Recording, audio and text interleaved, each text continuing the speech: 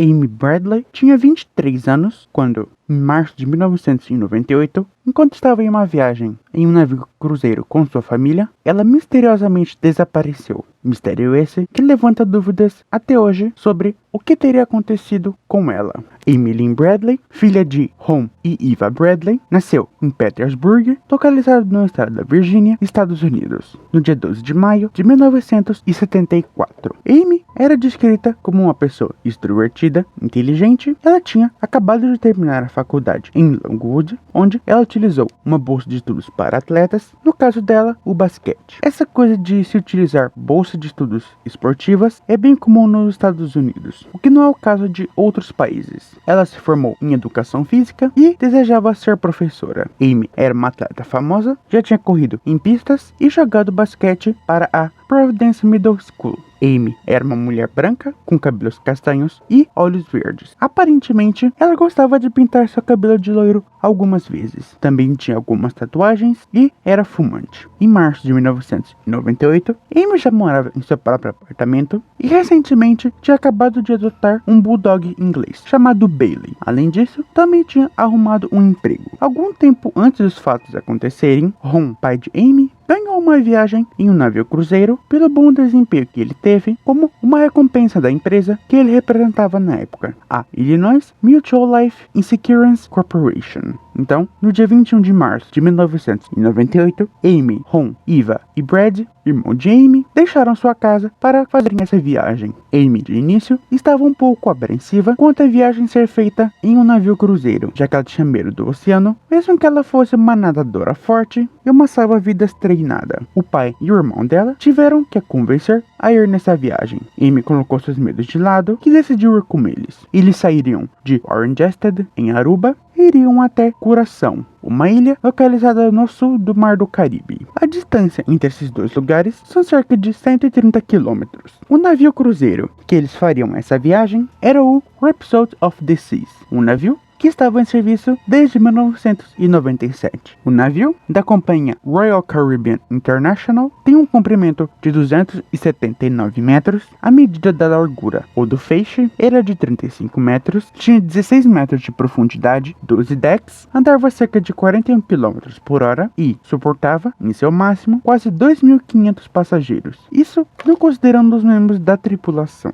O Rhapsody of the Seas tinha cerca de 1.013 cabines no total, que incluíam mais de 98 suítes, 136 varandas e 372 vistas para o oceano. Isso apenas para se ter noção do quão grande era o navio. Na primeira noite da estadia da família Bradley no navio, eles se divertiram, possivelmente depois de irem na discoteca do navio. Na segunda noite, que era o dia 23 de março, houve um jantar a qual eles participaram. Foi nessa noite que a foto, entre aspas, mais famosa de Amy foi tirada, que é dela com seu irmão Brad. Após o jantar, a família Bradley se dirigiu até o convés superior do navio, onde estava tendo uma festa. Em certas matérias, esse lugar é chamado de boate. Por volta da 1h da manhã, Ron e Eva, os pais de Amy, retornaram aos seus quartos, enquanto Amy e Brad foram até a discoteca do navio. No tempo em que ficou na discoteca, Amy dançou com um dos membros da banda que estava fazendo seu show aquela noite, que era Blue Orchid. Em algumas gravações feitas durante essa noite, pode-se notar que Amy está dançando com Yellow ou Alistair Douglas. Por volta das 3h30 da manhã, vendo que Amy e Brad ainda não haviam retornado, Ron foi até a discoteca e os levou até o quarto de volta. Porém, essa parte varia de matéria, porque há matérias que dizem que eles votaram por livre e espontânea vontade juntos,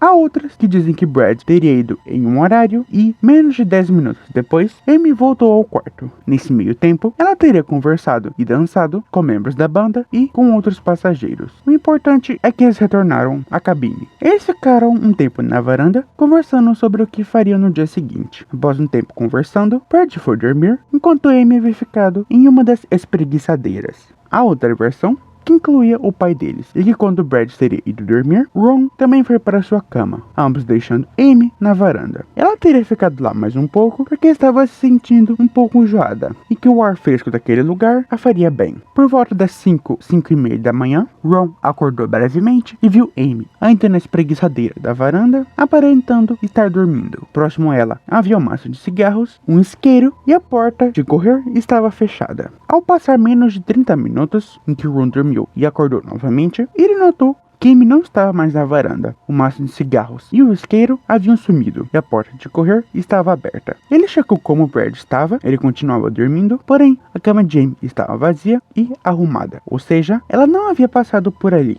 Além disso, ele notou que os sapatos dela ainda estavam ali, próximos da porta. Pensando que ela tivesse ido fumar no convés, Ron foi até o lugar, porém Amy não estava lá. Ele também considerou que ela tivesse ido comprar alguma coisa em uma máquina de venda automática ou tirar algumas fotos. Porém, ele não a encontrou em nenhum desses lugares. Após isso, ele também olhou em todos os lugares em que ele poderia pensar na próxima hora. Amy não estava em nenhum desses locais. Ele já achava estranho o fato dela ter acordado tão cedo, já que não era do habitual dela. Ron até esperou um pouco no quarto para ter certeza de que Amy não retornaria. Quando isso aconteceu, ele acordou Eva e contou que não conseguia encontrar sua filha. Vendo que o navio tinha atracado no porto de Curaçao, a família pediu à tripulação para que não deixassem ninguém sair e que avisassem nos alto-falantes que estavam procurando por Amy. Porém, a tripulação negou o pedido da família, alegando que estava muito cedo para que aqueles aparelhos fossem utilizados. Inicialmente, a tripulação também negou a procurar por Amy. Então, por volta das 7 horas da manhã, as passagens para Curaçao foram abertas. Quase todos os passageiros do navio saíram para visitar a ilha, como era o planejado.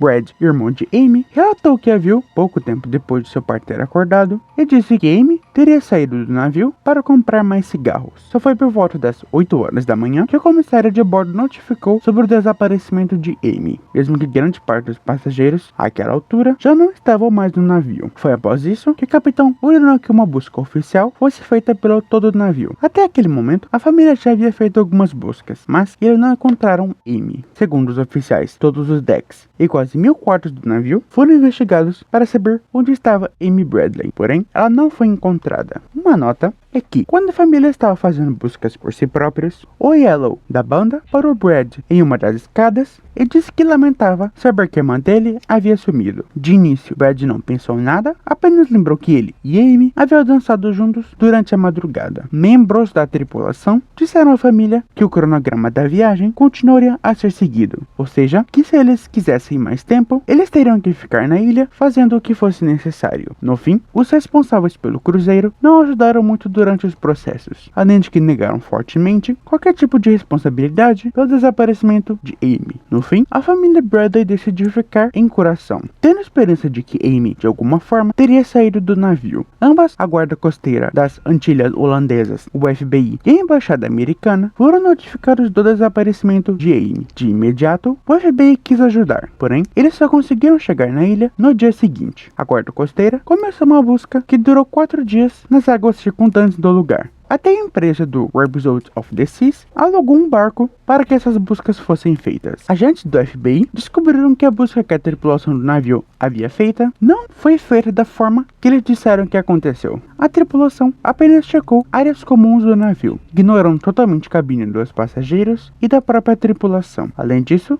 o FBI ordenou que buscas no ar e na água fossem feitas, mas isso também não resultou em muita coisa. A tripulação do navio foi confrontada sobre a falta de comprometimento deles no caso de Amy, no que resultou no advogado da companhia tendo que ter diversas conversas com os agentes do FBI. Conversas essas que a família Bradley não pôde participar. É então que o FBI começou a perguntar aos passageiros com fotos de Amy se eles teriam visto algo. Eles fizeram isso após fazerem uma viagem de helicóptero, já que, na noite em que a família ficou na ilha, o navio continuou seu cronograma, indo para seu próximo destino. Então, 2 mulheres contaram que viram Amy. Elas relataram que, por volta das 5h45 da manhã, ela saiu de um elevador de vidro que vinha do convés, juntamente com Alistair Douglas, o Yellow, baterista da banda. Eles foram até outra área do navio e cerca de 10 minutos depois, Alistair foi visto sozinho. Isso lembrou Brad do que Alistair havia dito a ele na escadaria. Além de que, até aquele momento, somente a família e a tripulação do navio sabiam que Amy havia desaparecido. Quando Alistair foi interrogado pelo FBI, ele mudou sua história e disse que não sabia nada sobre o desaparecimento de Amy. Ele até fez um teste no detector de mentiras, onde ele passou e foi liberado. Além disso, não haviam provas o suficiente para que as autoridades pudessem o manter preso. Quando ele estava indo embora, isso segundo o pai de Amy, Alistair teria olhado diretamente para ele, sorrido e lhe mostrado a mão com o polegar para cima. A mãe de Amy relatou algo estranho que tinha acontecido na noite do dia 23 de março. Durante o jantar que estava acontecendo naquela noite, um fotógrafo, que era do cruzeiro, tirou diversas fotos dos passageiros. Após ele imprimir, emoldurar e colocar as fotos para vender, de alguma forma, as fotos em que Amy estava presente também desapareceram. Fotos essas que, mesmo que foram rastreadas, nunca foram encontradas quem as teria pego ou o porquê de ter feito isso. Houve um momento em que o pai de Amy relatou que ouviu um dos garçons perguntando pelo nome de Amy, com pretexto de que, entre aspas, eles, não especificado quem ou que, a queriam levar até o restaurante Carlos and Charlie's, quando o navio parece nas docas de Aruba. Quando ele perguntou a Amy sobre aquilo, ela disse que não iria e que não faria nada com ninguém da tripulação, já que eles davam medo a ela. O motorista da ilha de Coração também relatou ter visto Amy. Ele estava estacionado próximo onde o navio havia atracado. Então, aquela mulher teria vindo até ele perguntar se podia usar o celular dele e que era urgente. Mas o homem apontou para o lugar onde tinha um telefone público. Essa mulher se afastou, indo em direção oposta onde estava o telefone. Outro fato estranho, que veio a ser revelado posteriormente, também aconteceu no dia 23 de março de 1998. A família Bradley alega que eles viram um pequeno grupo de pessoas que não eram passageiros entrarem no navio, se dizendo que seria um grupo de dança. Então, eles começaram a andar pelo navio e observar de perto as festas que estavam acontecendo. A família achou aquilo estranho, além de que pareceu que a tripulação não fez nada sobre aquilo. Por fim, as investigações feitas pelo FBI não resultaram em nenhuma prisão ou em algum suspeito. E no dia 28 de março, a família Bradley teve que retornar para sua casa sem Amy. Porém, eles nunca desistiram de procurá-la. Eles abriram um site, uma linha direta, que continha a última localização de Amy, e até houve uma oferta de $200 mil de recompensa sobre informações que levassem ao paradeiro de Amy. Brad e Ron retornaram ao Coração diversas vezes para procurarem por Amy, mas eles não a encontravam. Em uma dessas procuras, Brad relatou ter ouvido a voz de Amy o chamando. Quando olhou, ele viu uma van passando e tinha certeza de que ela estava lá. Eles perseguiram esse veículo e descobriram que era apenas o homem que estava dirigindo a van. Ainda em 1998, a foto de Amy apareceu no programa Os Mais Procurados da América. Após isso, e quase 5 meses do desaparecimento de Amy, em agosto, surgiu mais um relato de alguém que teria visto Amy. 2 turistas canadenses, em que uma dessas pessoas era David Carmichael, de Alberta, relatou que, quando estava de férias em Coração, quando ele estava próximo a uma praia, ele viu uma mulher que era muito parecida com Amy. Além das semelhanças físicas, ele também confirmou que as tatuagens daquela mulher eram iguais às que a Amy possuía. Ela estava acompanhada por 2 homens que David descreve como tendo uma aparência muito durona. A mulher parecia estar muito assustada e quando olhou para David, ela ia dizer algo. Porém, um dos homens lançou um olhar ameaçador para ele, indiretamente o mandando ir embora. A mulher olhou para baixo, se virou e os 3 foram embora. Antes, o homem mandou um olhar que, indiretamente, dizia para deixá-la em paz. David não pensou sobre aquele acontecimento até que ele viu sobre o caso no Mais Procurados da América, onde ele até enviou e-mail para o programa, porém não obteve uma resposta. Quando o programa Unsolved Mysteries também cobriu o caso de Amy, foi quando David contactou Ron.